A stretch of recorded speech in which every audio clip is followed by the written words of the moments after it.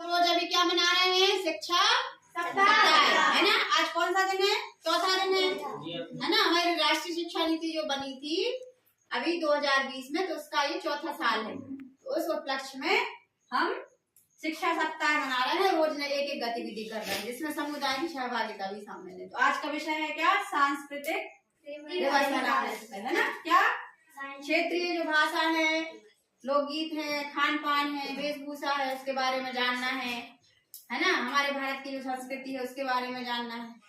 इसी उपलक्ष्य में तीनों क्लास ने अलग अलग प्रोग्राम अपने तैयार किए हैं। कल आपको बता दिया गया था, है ना।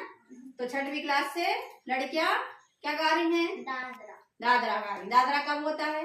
जब दुल्हन शादी करके आती है। हाँ, जब विवाह होता है तो विवाह में जो वधू रहती है, दुल्हन रहती है, जब वो घर आती है तो फिर दादरे होते हैं। हमारे बुंदेलखंड में ये दादरे होते हैं। बुंदेली भाषा में सुनाएंगे, ठीक है। चलो सुनाओ। और लगा